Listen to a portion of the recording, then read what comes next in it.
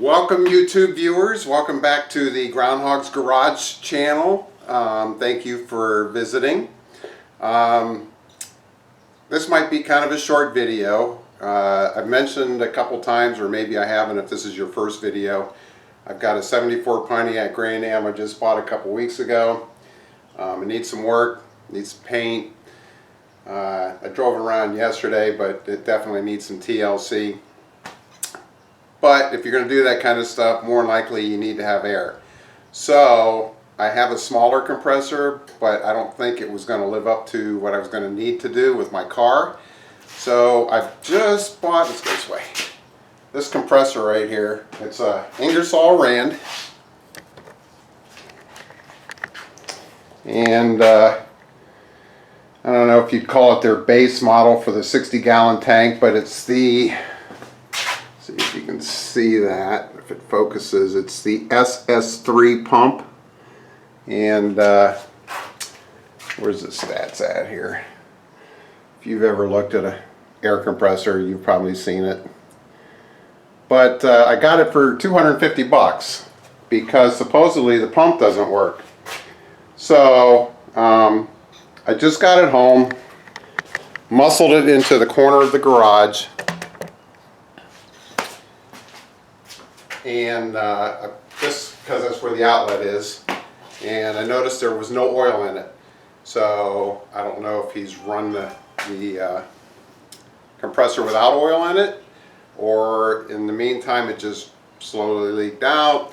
I plugged it in just briefly just to see what would happen, and there is vacuum coming in through the intake. So I ran down to Lowe's and picked up some compressor oil.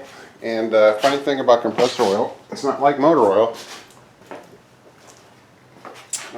They have synthetic compressor oil, and it's cheaper than the regular compressor oil for some reason, which motor oil isn't like that. So I'm going to put some in and fire it up. I figure, hey, if it's broke, it's broke. If it's not, whatever. It didn't make any clanging or banging. It sounded solid, so I guess we'll see what happens and go from there. If I have to rebuild it, get a new one, whatever it takes, 250 bucks. You can't buy the tank and the motor for 250 bucks, so let's see what happens. Okay, so here's the little, I already loosened this up, so supposedly this guy lived on a farm, owned a farm, and this was a compressor used there. So let's see if I can even see through the sight glass.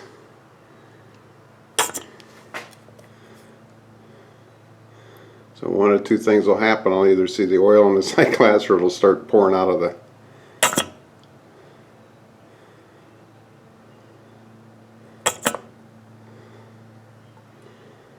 hole.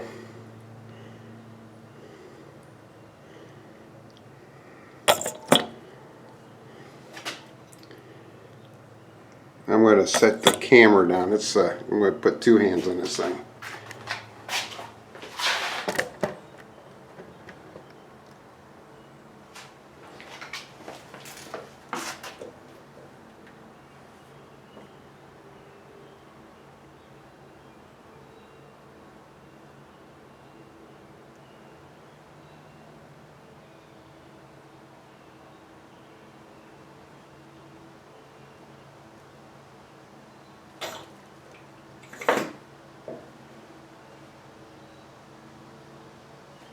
Okay, starting to come into the sight glass, and it's about half, a little higher, so let's put that back on there, tighten that up, and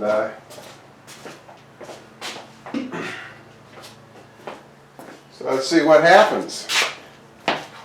Either we have a catastrophic failure. Let's see, the PSI is on about, I don't know, 75 right now. It's excuse me. Maximum I think is 135. So if it starts clanging and banging, I'm going to stop, but let's see what happens. Got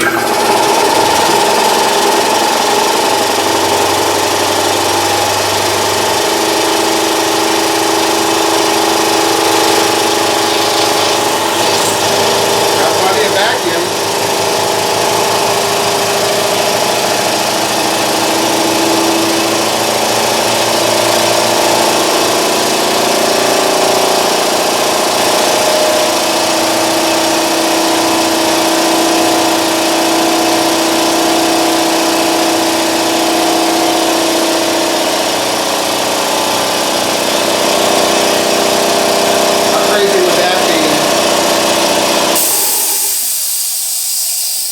How crazy would that be if that's all that's wrong with this thing is there was no oil in it and it maybe bound up on him one time because it got hot?